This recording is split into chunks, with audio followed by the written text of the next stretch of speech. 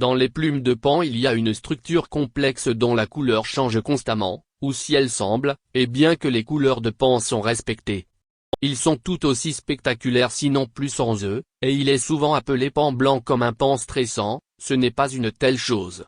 Et c'est techniquement un paon blanc et c'est un type génétique de paon. Les plumes du paon sont identifiées pour deux facteurs. Le colorant et la structure, par exemple, la couleur verte dans certains perroquets est le résultat de colorant jaune au-dessus des plumes réfléchissantes bleues.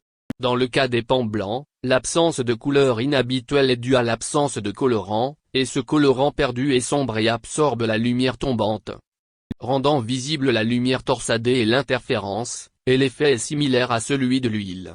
La coloration des colorants chez les oiseaux provient de trois groupes différents de mélanine, de carotène et de porphyrine. Et la mélanine apparaît sous forme de petites taches de couleur sur la peau et les plumes, allant du noir foncé au jaune pâle. Et les carotènes sont végétariens et sont obtenus uniquement en mangeant des plantes ou en mangeant quelque chose qui mange la plante, et ils produisent zoom jauné. Cependant, la structure des plumes est aussi importante que la couleur, et chaque plume se compose de milliers de branches plates, chacune avec de petits espaces en forme de récipient.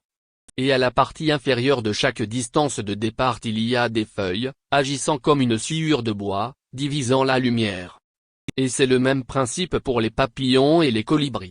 Le paon blanc n'est pas albinos. Le paon blanc est un paon indien qui est une miniature privée, né entièrement blanc en raison de variations génétiques, mais le fait est que ces oiseaux ne sont pas des oiseaux pinots. Les paons blancs ont un manque complet de couleur et ont généralement des yeux rouges ou roses. Les paons blancs diffèrent des oiseaux albinos. Les paons blancs ont les yeux bleus et la peau colorée. Et les paons blancs naissent jaunes mais ensuite blancs. Le paon blanc mâle a une apparence plus attrayante. Comparé au paon blanc femelle, le paon blanc mâle a une apparence plus attrayante, le paon blanc femelle a une queue plus courte que le paon mâle.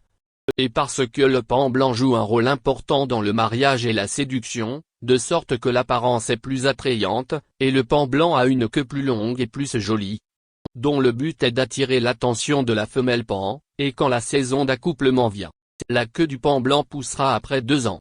Le paon blanc n'aura que de longues et belles plumes de queue, les plumes de queue se développeront lentement et dans environ 2 ans croîtront significativement et longs et beaux. Et les plumes entières de la queue de paon blanc se développeront quand elle atteindra 2 ans et les plumes mâles seront plus longues et plus belles que la femelle de paon. Il y a de petits cristaux sur les belles plumes de paon blanc. Quand vous voyez la queue du paon blanc, vous pourriez demander, pourquoi remuez-vous? La réponse est qu'il y a de petits cristaux qui ont recouvert les plumes du paon blanc, et ainsi, quand la queue des plumes vole sous le soleil, elle se plongera dans le reflet de la lumière du soleil.